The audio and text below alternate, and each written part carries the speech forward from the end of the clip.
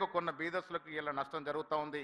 బీదల ప్రభుత్వం మంది కాబట్టి వారిని రిహాబిలిట్ చేస్తే హైడ్రా 100% సక్సెస్ఫుల్ ప్రాజెక్ట్ అనే మాట కూడా మీ దృష్టికి తెస్తా ఉన్నాను. అదేవిధంగా మీరు పీసీ అధ్యక్షుడు ఉన్నప్పుడు, అంతకుముందు ఉత్తమ్ కుమార్ రెడ్డి ఉన్నప్పుడు బోయినపల్లిలో ఉన్నటువంటి మనకి 10 ఎకరాల స్థలం ఇలా మనకు రావడంలో ముఖ్యమంత్రి గారి కృషి ఎంతో ఉంది.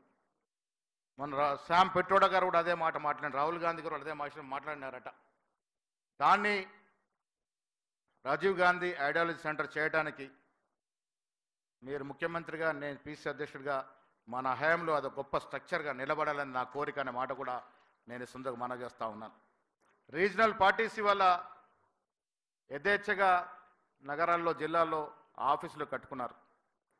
ఈ దేశ చరిత్రలో కమ్యూనిస్ట్ పార్టీలకు ఉన్నటువంటి ఆస్తులు ఏ ఇతర పార్టీలకు లేవు. కమ్యూనిస్టు పార్టీలకు ఉన్నటువంటి ఆస్తులు జాగ్రత్తగా, నిస్వార్థంగా వాళ్ళు పార్టీల కోసం కూడబెట్టిన ఆస్తులు.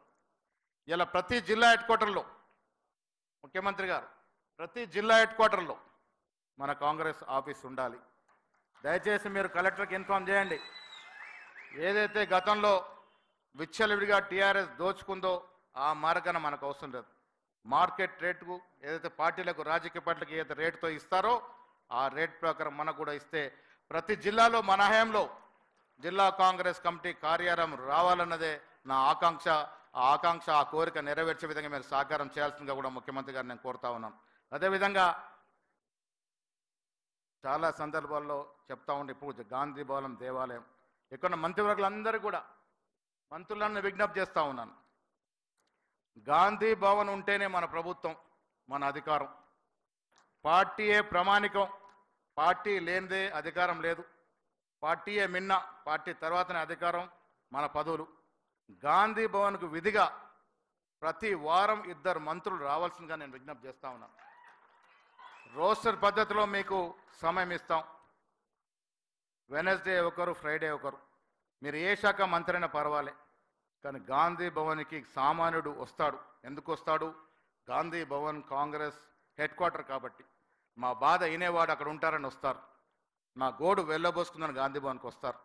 కాబట్టి మీరు మంత్రులు వారంలో ఒక మంత్రి, బుధవారం అయితే ఒక మంత్రి, శుక్రవారం వస్తే మీకు కనీసం 3 గంటలు మాకు సమయం ఇస్తే మీరు ఏ డిపార్ట్మెంట్ అన్నా కానివ్వండి, మీకే వచ్చే అర్జీలని తర్ఫీదు చేసి సంబంధిత మంత్రులకు పంపించి దాన్ని పరిష్కార విధంగా ప్రయత్నం చేస్తే మనకు మంచి పేరు వస్తుందన్నటువంటి మాట ఇలా పీసీ అధ్యక్షుడిగా మీ అందరినీ విజ్ఞప్తి చేస్తా ఉన్నాను. మంత్రులందరూ కూడా విధిగా ప్రతి వారం 2 మంత్రులు చొప్పున కాంగ్రెస్ పార్టీకి రావాలని, అదేవిధంగా ముఖ్యమంత్రి గారికి విజ్ఞప్తి చేస్తా ఉన్నాను. నెలలో కనీసం 2 సార్లు మీరు గాంధీ భవన్కి వస్తే కార్యకర్తలు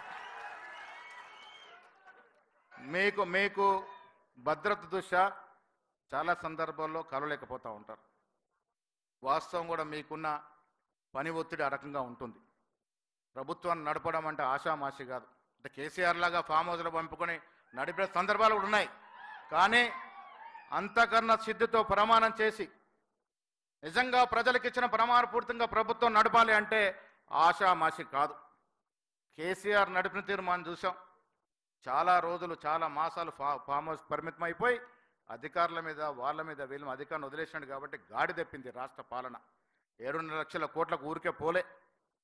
ఇవాళ ప్రతి దాంట్లో మీరు నిశ్చితిగా ముందుకు పోతా ఉన్నారు. నిష్ణార్థులైనటువంటి మంత్రివర్గ సభ్యులున్నారు మీ దగ్గర. ఉత్తమ్ కుమార్ రెడ్డి గారు కానీ, కోమటిరెడ్డి వెంకరెడ్డి గారి గురించి మాట చెప్పాలి. ఎన్ఎస్యూలో నాతో పాటు పనిచేసినటువంటి నాయకుడు సుధాకర్ రెడ్డి గారు, నేను, కోమటిరెడ్డి గారు, మేమంతా కూడా ఎన్ఎస్ఐ ప్రొడక్ట్స్ పొన్నం ప్రభాకర్ కూడా ఎన్ఎస్ఐ యూత్ కాంగ్రెస్ నుంచి వచ్చినటువంటి ప్రోడక్ట్స్ మేము. ఎన్ఎస్ఐ మొక్కలం అనుభవజ్ఞులైనటువంటి వ్యక్తులు ఉన్నారు.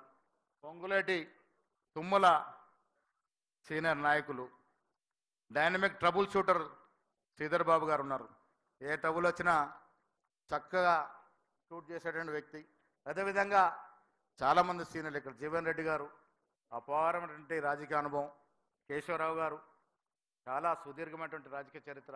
గీతారెడ్డి గారు, ఇందాక ముఖ్యమంత్రి గారు చెప్తా ఉంటే నేను 25-30 ఏళ్ల క్రితం గీతారెడ్డి గారు నిజామాబాద్ తీసుకెళ్ళానన్నమాట.